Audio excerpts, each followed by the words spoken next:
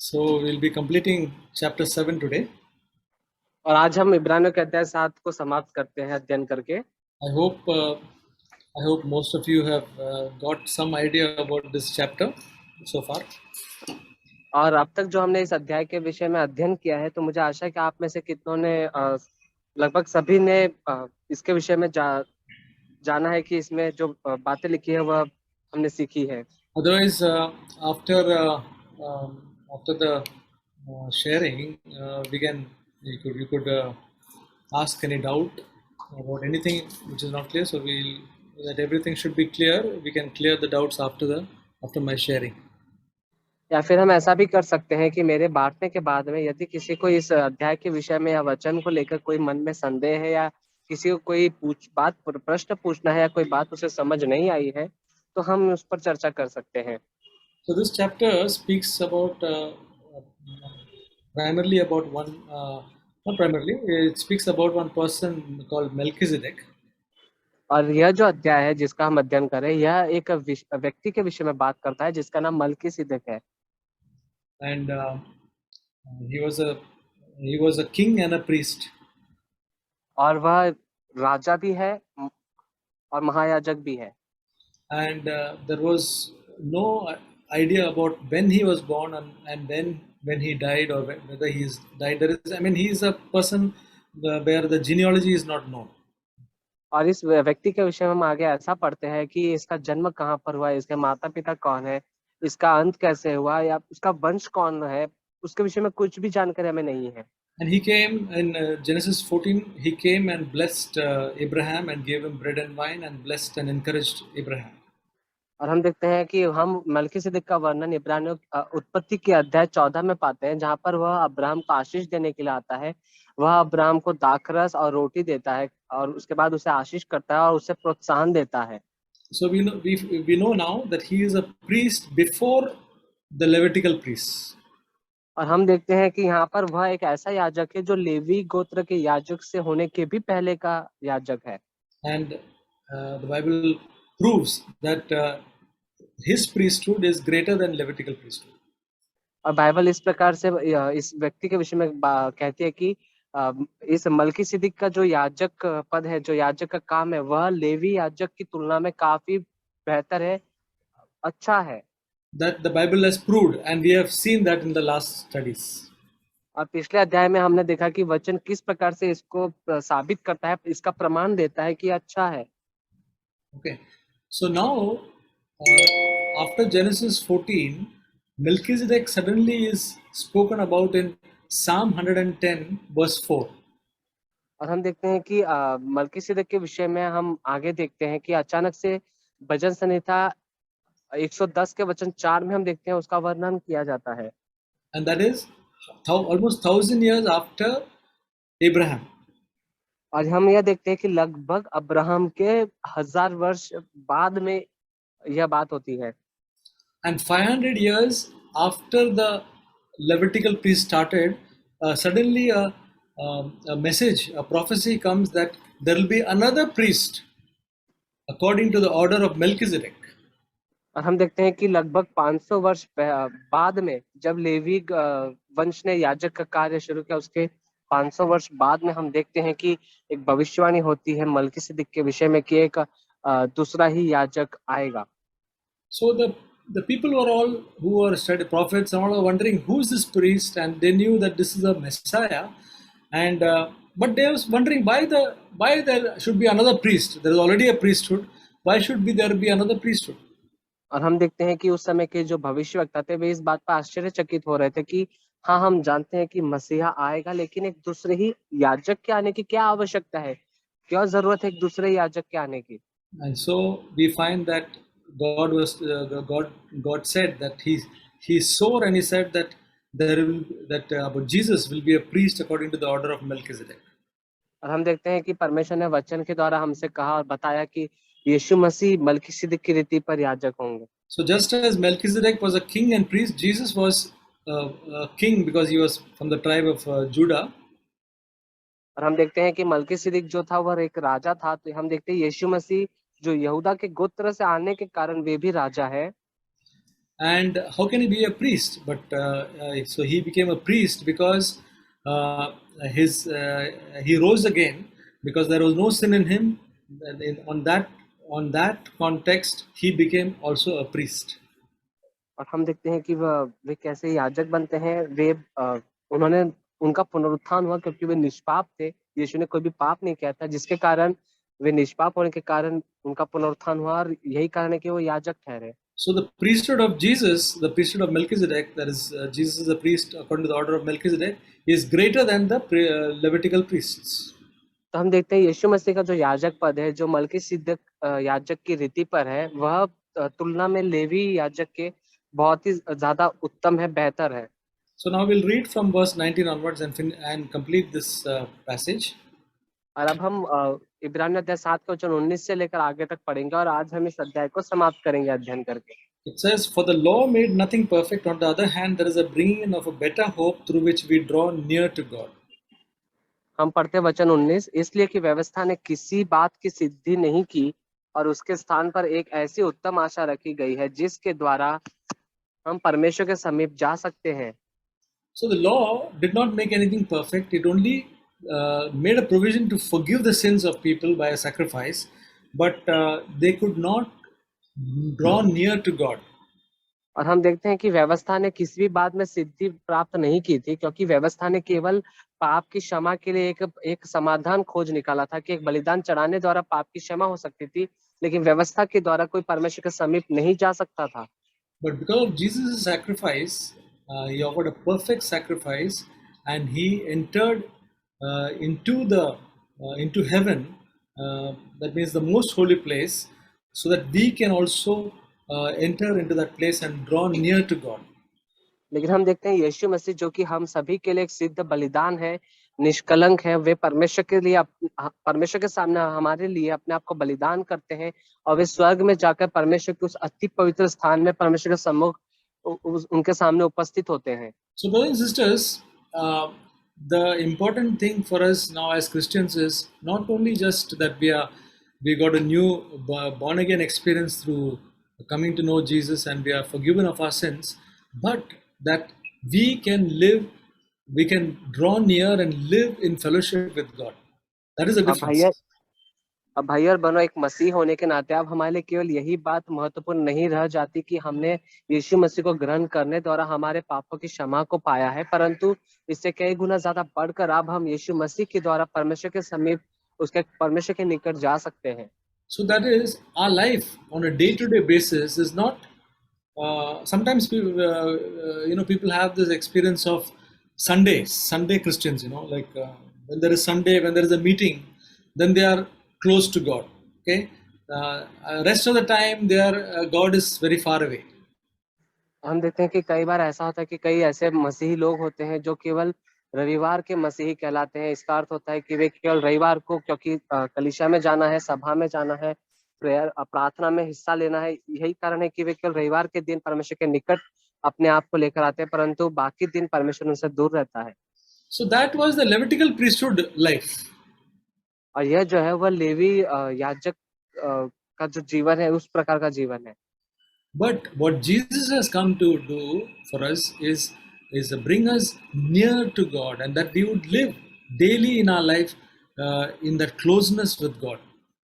लेकिन यीशु मसीह हमारे लिए यही महत्वपूर्ण कार्य करने के लिए आए कि वह हर रोज हर समय हम परमेश्वर के समीप जाकर उसके निकट रहकर हम जीवन बिता सके, ऐसा उन्होंने हमारे लिए उपाय किया।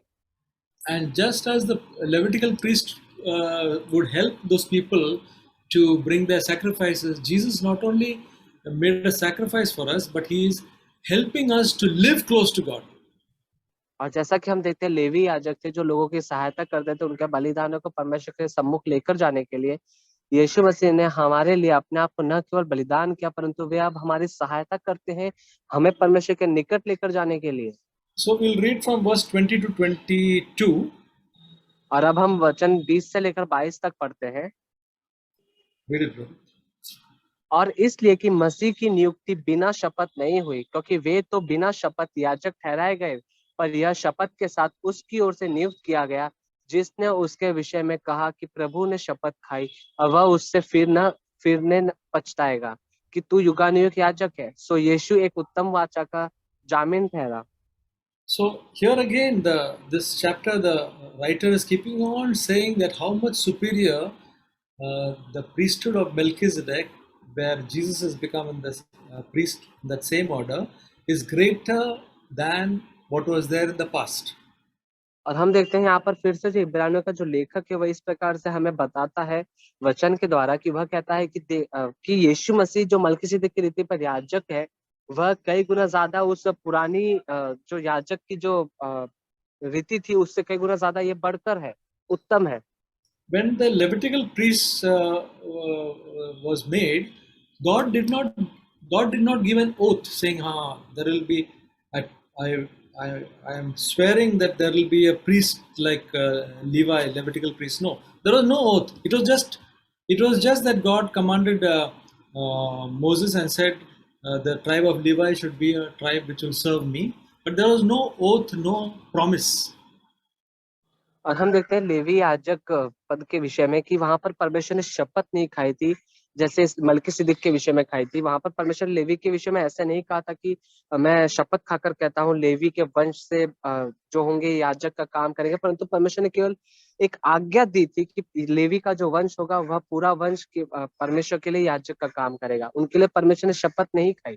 But in regard to Jesus, uh, around 500 years before Jesus came to this earth, through David, God made a oath that, as it says in verse 21, the Lord has sworn and will not change his mind. Thou art a priest forever, according to the order of Melchizedek.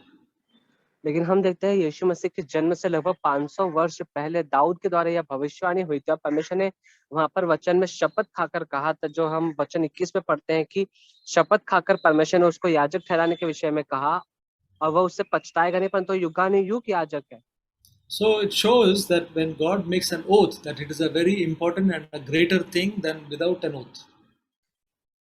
और जब हम देखते हैं कि परमेश्वर ने किसी बात के विषय में प्रतिज्ञा किसी बात के साथ में उसे करने के साथ में परमेश्वर ने शपथ खाई है, तो वह बात कई गुना ज्यादा अद्भुत और बढ़कर होती है तुलना में उस बात के जिसे परमेश्वर बिना शपथ के कहता है।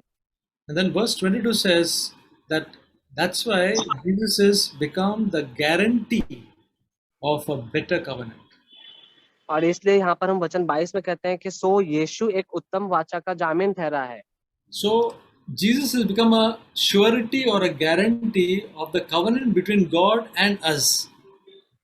तो यहाँ पर हम देखते हैं कि यीशु मसीह हमारे लिए परमेश्वर और हमारे बीच में उस नई वाचा के लिए वो उस वाचा के लिए एक मध्यस्थ है, एक और वह हमें आश्वासन दिलाते हैं। That means this better covenant that God will put His laws in our mind and He'll write them upon our hearts. And from God's side, Jesus is ensuring, Jesus is the guarantee that from God's side He will do all this to us, and from our side, Jesus will help us to keep these laws and keep this covenant. Both ways, He is the guarantee of this better covenant. और हम देखते हैं कि जैसे हम परमेश्वर ने जो नई वाचा हमसे बांधी है, जहाँ पर परमेश्वर ने कहा कि मैं अपनी आज्ञा उनके हृदय पे मन में डालूंगा, हृदय पर लिखूंगा, तो यहाँ पर यीशु मसीह हमें आश्वासन दिला रहे हैं कि हाँ, परमेश्वर ने यह वाचा बांधी है और इस कार्य को परमेश्वर पूरा करेंगे, इसके लिए मैं तुम्हें आश्वासन दिलाता हूँ। साथ ही में वो यीशु मसीह हमारी ओर से परमेश्वर के सामने आश्वासन दिलाते हैं कि वह उसकी उन आज्ञाओं को, वाचाओं की बातों को जो वो हमारे हृदय में डालेंगे, वो यीशु हमारी सहायता करेंगे उन बातों का पालन करने, उसे पूरा करने के लिए। So it's amazing that Jesus is acting like a guarantee or a surety about this covenant, that God has made this covenant with us and we will be able to keep this covenant. तो हम देखते हैं कि यीशु मसीह यहाँ पर हमारे लिए उस नई वाचा को, जिसे परमेश्वर ने हमारे साथ में बांधी है, यीशु मसीह हमारे और परमेश्वर के बीच में आश्वासन दिलाते हैं कि परमेश्वर उस वाचा को हमारे साथ बांधा है और हम उसका पालन जरूर करेंगे। Verse 23 to 25. वचन 23 से 25 तक हम पढ़ते हैं। वे तो बहुत से याजक बनते आए, इसका कारण यह था कि मृत्यु उन्हें रहने नहीं देती थी, पर यह युगानुयुग रहता है, इसका कारण उसका याजक पद अटल है। इसलिए जो उसके द्वारा परमेश्वर के पास आते हैं वह उनका पूरा पूरा उद्धार कर सकता है, क्योंकि वह उनके लिए विनती करने को सदा जीवित है। Yeah. Here again, it says that in the old system, Levitical system, the priests, when one died, another would take his place. और हम वचन 23 में देखते हैं कि यहाँ पर कहते हैं कि लेवी वंश का जो याजक बनता था, जब उसकी मृत्यु हो जाती थी तो उसके स्थान पर उसी वंश का कोई दूसरा व्यक्ति याजक का पद ग्रहण करता था। So there were so many priests because of their lifetime, they would there were a number of priests. तो उनके जीवन भर में, जीवन काल में हम देखते हैं कि बहुत से याजक हो जाते थे। But Jesus, he lives forever, he abides forever, and he holds the priesthood permanently. लेकिन हम देखते हैं कि यीशु मसीह युगानुयुग रहता है और यही कारण है कि यीशु मसीह युगानुयुग रहने के कारण वह याजक के पद को अटल रखते हैं। So there is no gap between the when the Levitical priest, when the one person died, another person had to take. There was a gap of even the priesthood changing, but here there is no gap at all. He is able to save forever all those who draw near to God. और हम देखते हैं कि जब levy वंश का जो गोत्र का जो याजक था जिसकी मृत्यु हो जाती थी, तो दूसरा व्यक्ति जब याजक बने तब तक वहां पर अंतर पड़ जाता था, वहां पर समय लगता था। लेकिन यीशु मसीह के विषय में देखते हैं वहां पर कोई भी अंतर नहीं पड़ता है। And it says in verse 25, he always lives to make intercession for them. और यहाँ पर वचन 25 में आगे हम पढ़ते हैं कि वह इसलिए हम जीवित है सदा काल के लिए कि हमारे लिए विनती कर सके। Brothers and sisters, our Lord Jesus, our high priest, is interceding for each one of us, and that's why we are able to live this life. और भाई और बहनों, हमारा जो महायाजक है, जो यीशु मसीह है, वह हम सभी के लिए लगातार विनती करते रहते हैं। यही कारण है कि उनकी विनती करने के द्वारा ही हम इस जीवन को जी पा रहे हैं। When we fall into sin, when we are going, in our little bit astray, the Spirit, Jesus is interceding for us so that we come back to the correct path. और भाई और बहनों, जब हम पाप में गिर जाते हैं, अपने मार्ग से भटक कर हम नाश की ओर थोड़ा सा भी मुड़ जाते हैं, तो यीशु मसीह वहां पर है जो हमारे लिए विनती करते हैं कि हम फिर से लौट कर आए उस भटके हुए मार्ग से, फिर से हम फिर जाएं और फिर से लौट कर उस सही मार्ग पर आ जाएं। That's why our Christian life is successful because of His intercession. और यही कारण है कि हमारे यह मसीह जीवन है जो कि पूरी तरह से सफल हो जाता है, सफल बनता है, क्योंकि यीशु वहां पर हमारे लिए विनती करने को है। That's why we will be able to live in His presence and live in the most holy place at all times. और यही कारण है कि उन्हीं के द्वारा हम हर समय अति पवित्र स्थान में जी सकते हैं इस जीवन को। And He also wants to present each one of us spotless and blameless on the last day. और साथ ही यीशु मसीह यह भी चाहते हैं कि वह उस अंतिम दिन हम सभी को परमेश्वर के सामने निष्कलंक और निर्दोष करके उपस्थित करे। So this is the priesthood. This is the high priestly function of Jesus in heaven for us. और यही वह याजकीय कार्य है, याजकीय पद है जो यीशु मसीह याजक का काम हम सभी के लिए स्वर्ग में इस समय कर रहे हैं। May God help us to understand it more and more in our life. और परमेश्वर हम सभी की सहायता करे, हमारे जीवनों में हम सभी इन बातों को और गहराई से समझ सके। So we'll read from verse 26 to 28. और हम वचन 26 से 28 तक आगे पढ़ते हैं। सो ऐसा ही महायाजक हमारे योग्य था, जो पवित्र और निष्कपट और निर्मल और पापियों से अलग, स्वर्ग से भी ऊंचा किया हुआ हो। और उन महायाजकों की नाई उसे आवश्यक नहीं कि प्रतिदिन पहले अपने पापों और फिर लोगों के पापों के लिए बलिदान चढ़ाए, क्योंकि उसने अपने आप को बलिदान चढ़ाकर उसे एक ही बार निपटा दिया। क्योंकि व्यवस्था तो निर्बल मनुष्यों को महायाजक नियुक्त करती है, परंतु उस शपथ का वचन जो व्यवस्था के बाद खाई गई, उस पुत्र को नियुक्त करता है जो युगानुयुग के लिए सिद्ध किया गया है। So we have a high priest, that is Jesus in heaven, who is holy and innocent, undefiled, separated from sinners, exalted above the heavens. This was his life, even when he came in the flesh. He lived a life which was holy, innocent, undefiled, separated from sinners, and we have such a high priest, not like the high priest of the Levitical priests, where they were also having so many infirmities and sins. और हम यहाँ पर वचन 26 में पढ़ते हैं कि यीशु मसीह का जीवन जो इस प्रकार से था, वचन कहता है कि वह पवित्र, निष्कपट, निर्मल और पापियों से अलग और स्वर्ग से भी ऊंचा किया हुआ। और वचन यहाँ पर यीशु के उस जीवन के विषय में बात करता है जो उन्होंने इस धरती पर रहते हुए एक मानव शरीर में जो मनुष्य बनकर उन्होंने जीवन बिताया, उसके विषय में, जो कि पूरी तरह से अलग है उस लेवी याजक से जिसके जीवन में पाप होता था। Yeah. And these Levitical priests needed to offer sacrifices first for themselves because of their sins, and then for the sins of the people. और यही कारण था कि लेवी याजकों को आवश्यक था कि सबसे पहले हर रोज वे अपने पापों के लिए सबसे पहले बलिदान चढ़ाए, उसके बाद ही वो लोगों के पापों के लिए बलिदान चढ़ा सकते थे। But Jesus, when he offered himself once for all, he did he I mean he did it once. He offered himself once for all, and that was it. It took care of everything for all eternity. लेकिन हम यीशु मसीह के विषय में आगे वचन 27 में पढ़ते हैं, जहां पर कहता है कि यीशु मसीह ने अपने आप को हम सभी के लिए एक ही बार बलिदान चढ़ा, और एक ही बार अपने आप को उन्होंने बलिदान चढ़ाकर इस बात को निपटा दिया कि उन्हें अपने आप के पापों के लिए खुद के लिए बलिदान करने की आवश्यकता नहीं, क्योंकि वो निष्कलंक और निष्कपट थे। So Jesus, he was a priest and the victim. तो हम देखते हैं कि यीशु मसीह जो थे वो स्वयं ही एक याजक भी थे, और वह स्वयं ही एक बलिदान का वह भेंट भी थे। When he offered himself, he was the victim, and when he entered heaven, he because of the perfect sacrifice, he was a high priest. So he was a priest and the sacrifice himself. His sacrifice, and he was the priest doing the sacrifice of himself. और हम पढ़ते हैं वचन में, देखते हैं कि यीशु मसीह ने जब अपने आप को बलिदान चढ़ाया, तब वह बलिदान का वह मेमना था, वह बलिदान का वह जो वस्तु होती है वह भेंट की, वह यीशु मसीह थे। लेकिन जब वो स्वर्ग में चले गए, तब वो हमारे लिए याजक बनते हैं।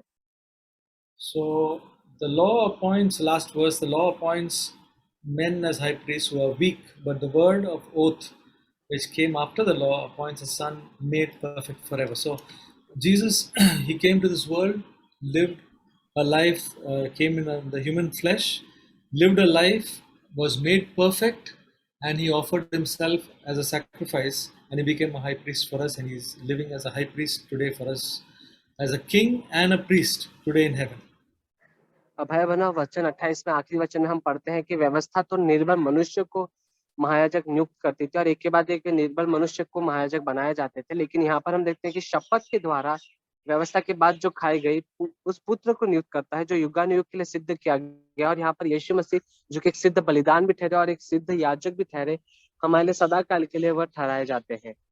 So our main privilege now is, brothers and sisters, is to live in the most holy place in fellowship with our living God. तो भैया बहनों, अब हमारे लिए सबसे बड़ा सौभाग्य अब यह है कि हम परमेश्वर की हुजूरी में उसके अति पवित्र स्थान में हर समय अब हम अपना जीवन बिता सकते हैं। When I thought of Melchizedek and what he told Abraham, और जब मैं अब मलकीसिदक व्यक्ति जो है उसके विषय में जब मैं विचार करता हूँ, और वह बातें जो उसने अब्राहम से कही और उसके साथ की, that is in Genesis chapter 14. 14. और I was thinking that it is written of prophecy that to prophesy is to exhort. In the New Testament, it is to exhort, encourage, and console. अब हम देखते हैं कि यहाँ पर उत्पत्ति के 14 अध्याय में जहाँ पर मलकीसिदक के विषय में लिखा गया है, वहां पर जब मैं उस वचन को पढ़ता हूँ तो हम देखते हैं वहां पर कि एक अद्भुत बात लिखी गई है, जो एक भविष्यवाणी की बातें वहां पर लिखी गई है। So, we don't require 1 hour to prophesy. और हम देखते हैं वहां पर हमें 1 घंटे का समय नहीं चाहिए भविष्यवाणी करने के लिए। Here we see that just 2 sentences, maybe in 30 seconds, these 2 sentences are over.